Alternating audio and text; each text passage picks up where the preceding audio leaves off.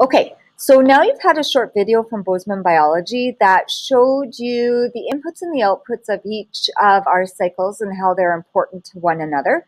I'm just going to explain in a few videos how each cycle is important to the practice of soil and soil maintenance. So we'll begin by looking at the water cycle, and I'll just make this big. You have all of these slides. You can look at them after. Please just watch the video first. So here's our water cycle. Again, we've been talking about this for years and years already. So what happens is water precipitates down in the form of ice and snow, and it can take a few paths. It can infiltrate the ground, and we can get groundwater discharge where water is coming up, or groundwater storage. Now, if we have groundwater storage, water is generally released into either freshwater storage systems or into the ocean storage systems. Remember, this would be salty, this would not be. Once in those storage systems, the way that it gets back up into the atmosphere is through either evaporation from either or, you can see here, or evapotranspiration if it's being released via plants into the atmosphere. And then once it's back in the atmosphere, we go through the condensation where water is stored in the form of clouds until we're ready to begin precipitation again.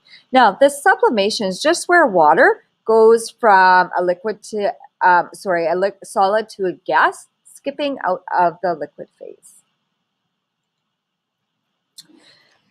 In terms of soil, we're going to talk about four main pillars for each cycle. So the first one being soil fertility.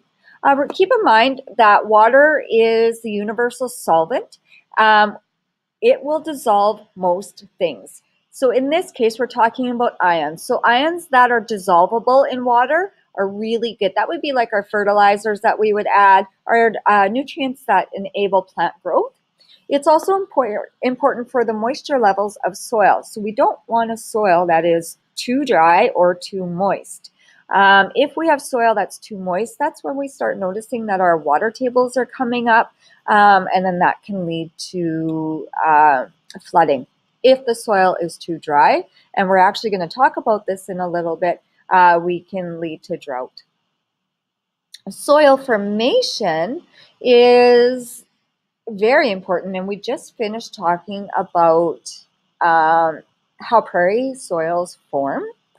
And that was due to glaciation and how the glaciers moved through our valley. And that's actually why we have the Qu'Appelle Valley. It was one big glacier. And this was really important. The physical weathering that took place led to the topography and the layout of our landscape. It's also very important. Plants can transport food and nutrients through their systems. If they are transporting food, they're transporting it in a vessel called phloem.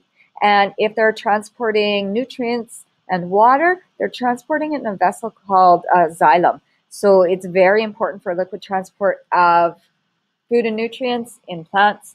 Also, as vapor, water vapor is important for plants and animals, or organisms, soil organisms as well. Now, in the practice of agriculture, plants are very important because we need the water for photosynthesis. And as we'll get into, photosynthesis and cellular respiration cannot happen without one another. So plants need the water for photosynthesis in agriculture, but with agricultural practices, we need water for irrigating the fields. And not just naturally from the rain, but sometimes you'll see the great big irrigation systems in the fields, really important for maintaining that soil moisture and also the solubility of ions. It's also really important to allow for mulching and planting soon after the snow melts. Now here in Saskatchewan, a general rule of thumb for gardeners is to plant on Mother's Day in May, the Sunday, but I generally wait a week or two after Mother's Day before I plant, just depending on how cold our winter has been. If we've had a really cold winter, I give the ground a couple more weeks to warm up. If we've had a really mild winter, then I plant on that day and take it from there. Okay, that will end the water cycle, and we will continue